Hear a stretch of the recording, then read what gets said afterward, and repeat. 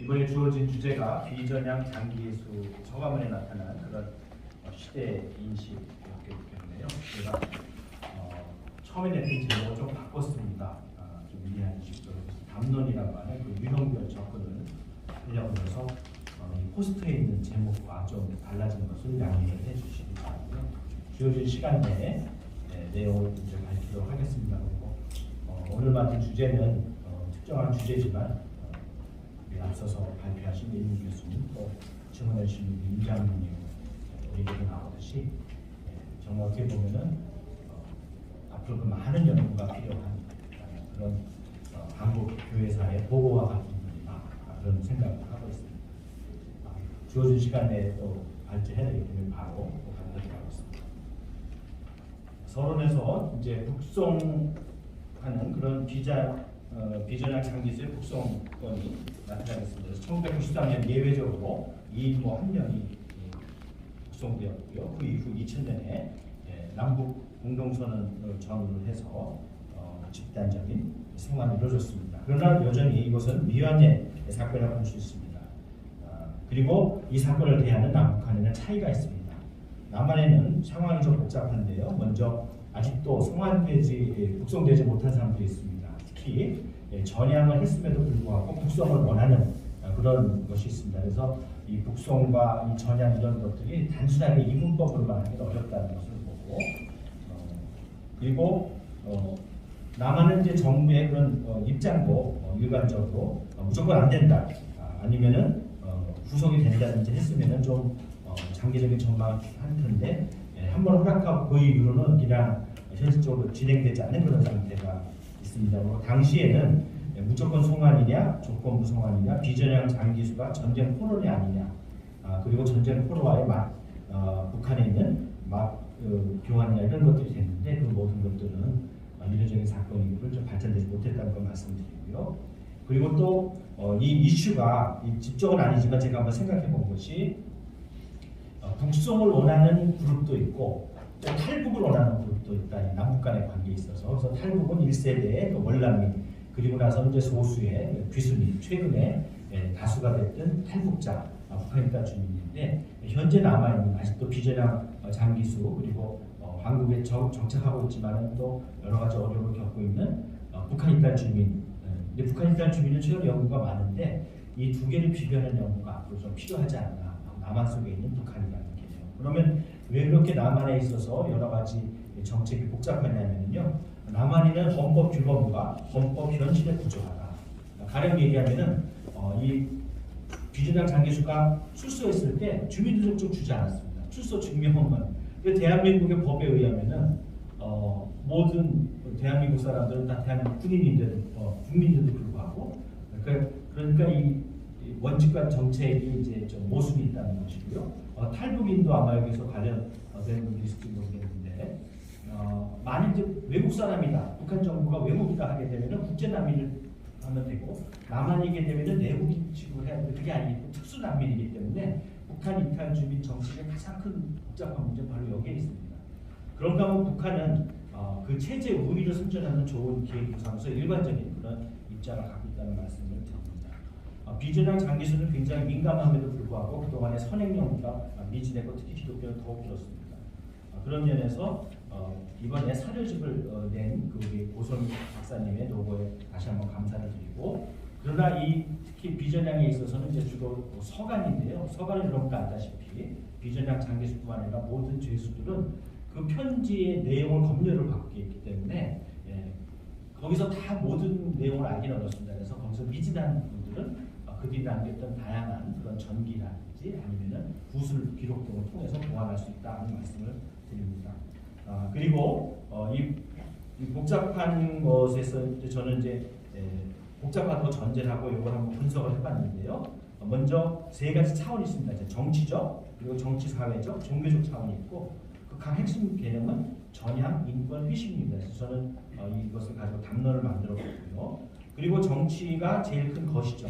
정치 사회가 그 다음에 중간적, 그리고 이 종교적인 것이 미시적 맥락을 이루면서 서로 상호 간의 그런 관계를 하고 있다. 그리고 여기서 나타난 중요 개념은 이제 체제와 정부 내지 정권 그리고 기독교 그리고 이것을 뒷받침하는 그 가상으로는 반공주의와 반정부운동, 반정부운동은 이제 민주화운동과 통일운동 이 되겠고요. 초기의 통일운동 이제 반정부운동 같은 성격을 민주화운동에 연결이 되기 때문에 그리고 교정선교와 관련이 돼 있고 여기에 또 관련된 행위자고 남한정부, 비전향 장기수, 고용운동이 있게 됩니다. 그러나 물론 주 행위자는 남한정부와 비전향 장기수고요. 고용군은 부 행위자라고 할 수 있겠습니다.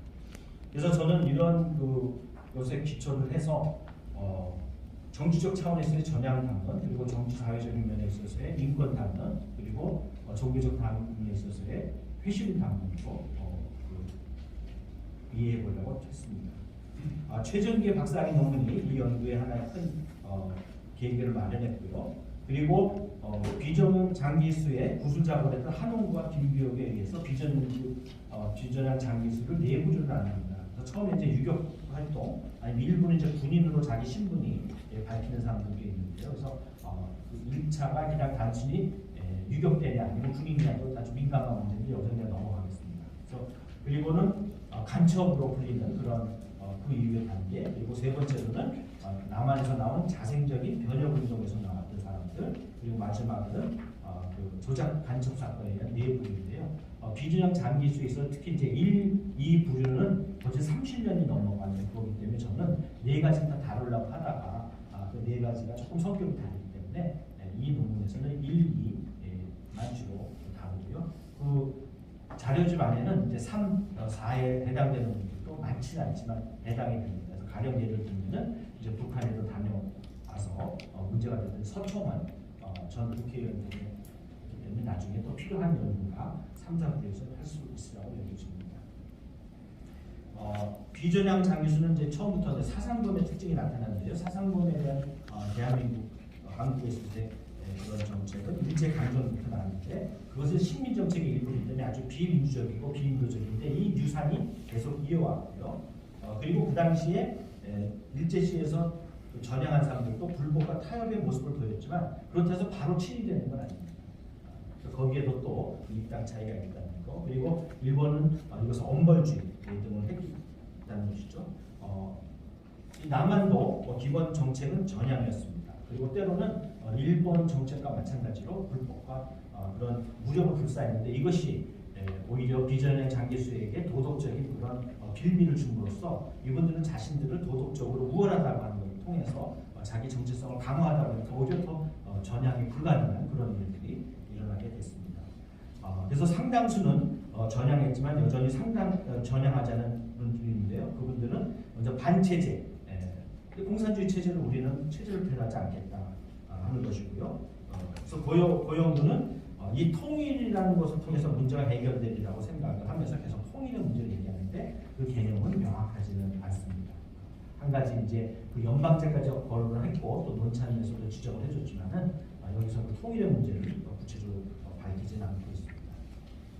근데 이 통일에 대해서 공감대가 있지만은 문제가 있는 것이 뭐냐면은 바로 어떤 통일인가 분명하지 않고 그리고 구체적인 총자들을 내지 못했다.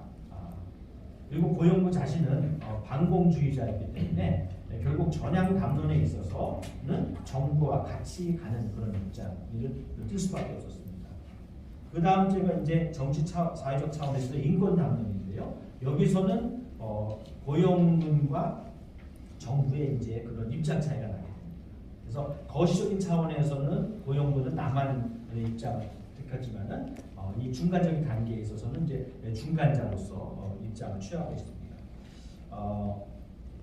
고용군이 이제 전향이나 회심의 성과에 관계없이 특수한 수영장인 이 비전향 장기수에 관심을 갖는 게 굉장히 중요한 것이고요. 고성희 연구자인 고성희는 이것을 개별적의 민중을 향해 찾아감이라고 표현을 했습니다. 근데 이 비전향 장기수는 두 단어가 있듯이 비전향이 동시에 장기수라고 합니다. 장기수 자체만이라고 하는 것도 굉장한 인권적인 문제이기 때문에 바로 이게 인권의 담론이 되는 아주 중요한 바탕이 되고요. 그러나 그 당시 이 공산주의와 관련된 연자제 등 이런 것이 있었기 때문에 금기 상황이었고 더 소외됨에도 불구하고 고용군을 찾아가서 또 만남을 시작했다는 거죠. 이게 굉장히 중요한 것이죠. 비전향 장기수는 반정부 가지고 입장을 했습니다. 물론 반체제뿐만 아니라 반정부 입장이죠. 또 반체제니까 당연히 반정부적인 입장을 갖고 있게 됩니다. 그리고 조금 전에 말씀드렸듯이 이제 그 본인들의 그 도덕적인 입장을 가지게 되고 그러면서 고용군을 포함한 남한에 대해서 공격을 하고 특별히 고용군에 대해서 긍정하면서도 불구하고 노예 근성을 갖고 있다. 아직 자주화가 충분히 되지 못했다. 그런데 우리 고성리 박사의 연구에 의하면은 고용군의 목표 가운데 하나가 자주화가 됐는데요. 아마 그것이 충분히 전달되지 못했던 것 같습니다. 그리고 고용군 자신이 얼마 알다시피 정치적으로 보수적이고 정치사적으로 진보적이고 종교적으로 다시 보수적인 입장이기 때문에 이 복잡한 것이 그의 그 사역에도 그대로 반영이 되게 됩니다. 반정부적 입장에서는 비전향 장기수와 고용군은 공감대를 이루게 됩니다. 그러나 몇 차례 말씀드렸듯이 상위의 반체제 입장을 바꾸지는 못합니다. 따라서 그의 효과는 제한적이지만 그럼에도 불구하고 인도적인 노력의 성과가 있는데 먼저 기독교 안팎을 연결하게 되면서 기독교로 하여금 내적으로는 이 사역의 동참안으로 하나의 그 물꼬를 틉니다. 그래서 진보만이 아니라 그 인권적인 차원에서 또 인도적인 차원에서 보수적인 분들도 많이 참여합니다. 그래서 우리나라의 대형 교회들도 그 교인들이 적극적으로 장기적으로 참여하는 걸 봐서 이것이야말로 보수 진보를 넘어서는 하나의 담론으로 나가는 것이고요. 또 기회가 되면 제가 고용군의 이질적인 요소가 결코 대립적인 것이 아니라 그걸 통합하는 것만으로 진정한 복음에 대한 이해가 아닌가 하는 그런 생각을 제가 한번 해보고 있습니다. 그러나 처음엔 개척적으로 했지만 이제 점점 인권 담론에 있어서는 이제 시민사회, 특히 민주화 운동의 조직들, 대표적으로 민가협 등이 이제 주도권을 가지면서 서서히 이제 주도권이 바뀌게 되고 그래서 마지막에 출석 후에는 이 비전향 장기수가 고용군에서 별로 언급을 하거나 관계를 갖지 잘 못하는 것. 그래서 오히려 이 민가협이 하나의 그 핵심적인 허브가 돼가지고 연락을 주고받는 그런 모습들을 보게 됩니다. 그래서 저는 이 인권 그런 담론에서 어떤 결론을 낼 수 있느냐? 고용군은 복음 전도형의 그런 전통적인 선교에서 이제는 작은 자 선교를 나오는 소외된 자를 예수와 동일시하면서 돌보는 그런 선교를 나가게 됐고 이것은 소외된 지역 교정 선교 자체 강국에서 소외받는 선교인데도 불구하고 그 중에서도 특수한 교정 선교로 나왔기 때문에 이중적으로 어려운 것들을 활성화시켰고 그리고 교회의 공공성에 있어서 실천한 면이 있었다 이렇게 평가를 했습니다. 마지막으로 회심 담론에 있어서는 전통적인 교정 선교와 같이 그런 뭐랄까요 그 맥을 같이 한다고 할 수 있을까요? 그리고 고용군 자신이 이제 일제도 전향 뭐 이런 것도 있었지만은 한국 전쟁에서도 그 자체가 굉장히 중요한 선교에도 불구하고 거시적인 맥락에서 이데올로기 대리전이라고 판단되는 포로 선교가 있었는데 바로 고용군이 포로 출신입니다. 그래서 이제 기본적으로 이제 반공적이고 이런 공산주의에 대한 위험에서 굉장히 경계하시는 분이었기 때문에. 그는 또 이제 회심으로 이것을 나가려고 했는데 실질적으로는 비전향 장기수의 경우는 이제 이것이 쉽지가 않았고요. 그렇다고 해서 우리 한국도 복잡했죠. 여러분 잘 아시죠. 제가 거론한 것이 대표적인 전후 문학인 최민의 광장에 있어서도 제3세기를 찾아가는 그런 경우도 있었다고 말씀드립니다. 그러면은 이 사역에서 두 가지 질문을 한번 던질 수 있는데 과연 회심과 전향의 관계는 뭐냐? 이게 근데 현실로는 전향하지 않는 사람은 회심하기가 어려운데 정말 두 가지는 하나로만 봐야 되는 게 아니냐 그런 가능성 그거는 이제 우리가 전향 장기수라든지 비전향 장기수의 그런 다양한 담론들을 우리가 살펴볼 필요가 있겠고요. 그리고 기독교와 공산주의가 공존할 수 있느냐 없느냐고 생각해 봐야 되겠습니다. 그래서 우리가 1990년 이후에는 한국교회가 공산권 국가에 대한 이해가 달라지고 있습니다. 그래서 북한교회와 만났죠. 중국교회가 옛날에 전부 다 가짜 교회라고 하는데 지금 활발하게 관계를 맺고 있죠.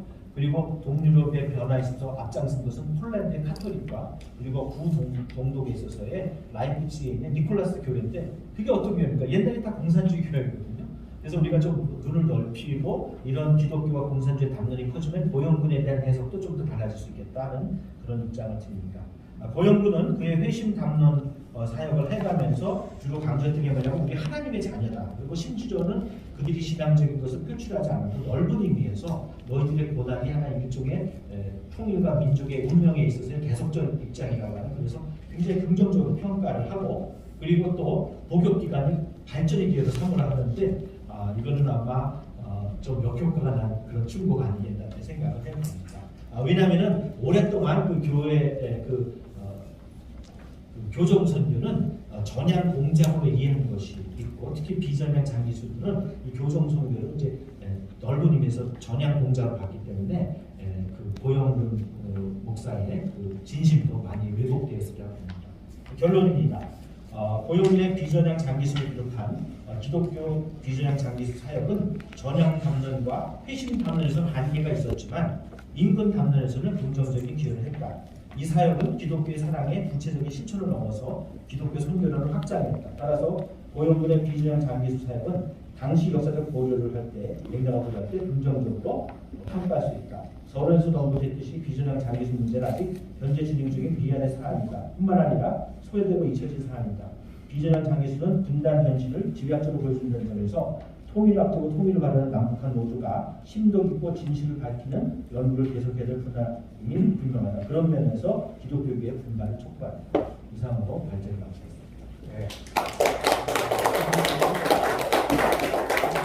발제자도 이제 숨을 못 쉬고 발표를 주셔서 또 우리 들으시는 청년들 호흡도 못하면서 들으시니까 지금 한 1분 정도만 숨을 좀 크게 쉬시고 정말 중요한 얘기를 하신 것 같고요. 많은 생각을 해야 될 것 같습니다. 그래서 우리 이제 김덕주 교수님께서 또 이 평가를 좀 잘 해주실 것 같은데.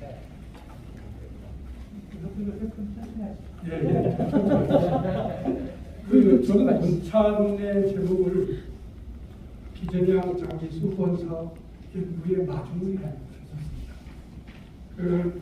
논문의 의의에서 제일 마지막 단락을 보면 다른 분들의 것도 있지만 고영근 목사님의 비전향 장기수 돕기 운동은 나중에 뒤에서 다시 보도록하겠습니다. 이게 민주화 운동의 일환이든 통일운동의 일환이든 교계나 학계에서 크게 조회가 되었습니다. 인권운동은 인권운동 차원에서, 또한 통일운동 같은 경우는 아까 기자님도 했지만 문칸 목사나 혹은 은봉은 목사 같은 스타, 요새 스타가 많이 있습니다. 스타 기독교 운동가들이 많았기 때문에 주목을 받지 못했는데 4, 5년 전부터 기록과 연구를 계속 하시던 고성희 박사님께서 2020년 논문에 한 챕터에서 이 문제를 다루기 시작했습니다. 그런 다음에 이런 외근 목사님의 비전향 장기수 문제, 이런 문제를 다룬 논문으로서는 이것이 처음이 아닐까 생각해서 그런 면에서 이 논문의 의의를 크게 삼습니다.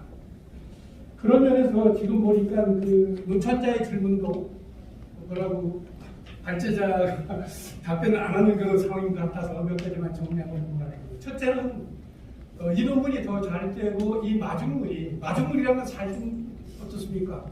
일부는 밖에서 물이 들어가는 거지 않습니까? 그러니까 그 일부가 밖에서 들어간다는 것은 그 본 사료에서 추출되는 면도 있지만 본인이 처음 시작하는 어떤 담론이나 처음 시작하는 생각이기 때문에 그 보는 사람이, 연구하는 사람이 직관적인 것이 많이 들어간다는 것이죠. 그렇기 때문에 여기서 이제 보여지는 건 뭐냐면 형식적인 면에서 일단 아까 우리 임육 교수님 하신 것처럼 전체적으로 이 비전향 장기수라는 것이 뭐고 이 서간문의 편지에 어떤 사람들을 다뤘으며 뭐 일부 하나하나 상이라는 것은 있지만 그런 면에서 그 내용 전체를 다루는 것은 힘들지라도 좀 정리를 하고 논문이 들어갔으면 좋겠다는 형식적인 면에서의 좀 뭐랄까 발표자의 이제 바람을 얘기하고요. 두 번째 문제는 우리가 잘 아는 것처럼 고영근 목사님의 그 어떤 인권운동, 통일운동에 대한 평가를 80년대, 90년대 기독교 통일운동의 한가운데서 함께 봐왔던 저로서는 우리 어쨌든 이쪽에서 목회를 했을 때 고영근 목사님이 속했던 통합교단의 프런트이면서 한계라고 저는 느낍니다. 그것은 뭐냐면 민주화 운동이 어느 선까지는 갔지만 그러나 통일 운동에서는 나가려고 하다 추춤거리는 모습이 고영근 목사님 자체에서 분명하게 보여서 이것은 다른 교단을 떠나서 통합교단의 반성 차원에서 또는 통합교단의 앞으로 미래 발전의 차원에서 하고 장로의 신학대학의 교수님들이나 이분들이 깊게 좀 연구해서 80년대, 90년대를 살아갔던 선배 목사님들이나 선배 신학자들이 어떤 모습으로 살아가는가 하는 것을 한 번은 정리해야 되지 않을까 생각합니다. 그런 입장에서 놓고 봤을 때 이 논문이 고영근 목사님이 고성희 박사 같은 경우는 통일운동의 입장으로 조금은 땡겼으려고 하는 그런 분위기를 봤고요. 여기에서 같은 경우에서는 이것이 인권 당론으로서 환영을 받았다는 면에 봤을 때는 고영근 목사님의 민주화 운동의 연장선상에서 평가를 받아야 됩니다. 그래서 1990년대라는 새로운 시대가 도래하면서 그때부터 시작하는 고영근 목사님 자체의 어떤 운동에 있어서 새로운 발전의 전환기였는가 하는 그런 생각을 합니다.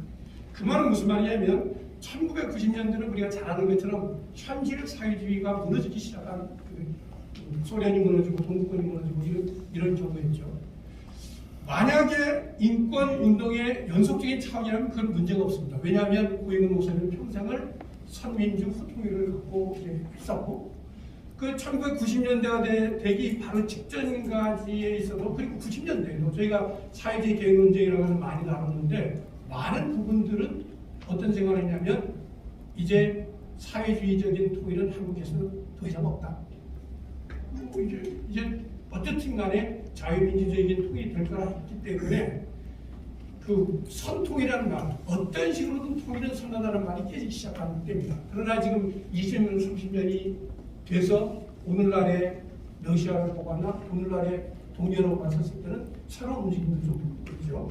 어쨌든 그런 입장에서 봤을 때 고영근 목사님의 비전형 장기수가 민주화 운동의 연장선상에 있어서의 인권운동으로 가야 할 것인지, 그렇지 않으면 두 번째 통일운동으로 본다면 통일운동이 둘로 나뉘는데, 하나는 뭐냐면 1990년대 현실 사회주의가 무너지기 시작했기 때문에 고영근 목사님 자체도 통일은 자유민주주의에 의한 통일밖에 없다 생각을 하고, 그런 입장에서 패심이든 전향이든 그 남남을 생각했지만 접근을 하셨는데, 그렇지 않으면 1990년대가 87년 90년대 되면서 나의 민주화 운동은 이런 정도로 어느 정도 됐으니까 내가 지금까지 생각하지 못했던 통일 혹은 통일 운동에 대해서 전향적인 입장에서 접근하기 시작했는지에 대한 그런 그 원론적인 얘기가 좀 있어야 하는 생각을 합니다.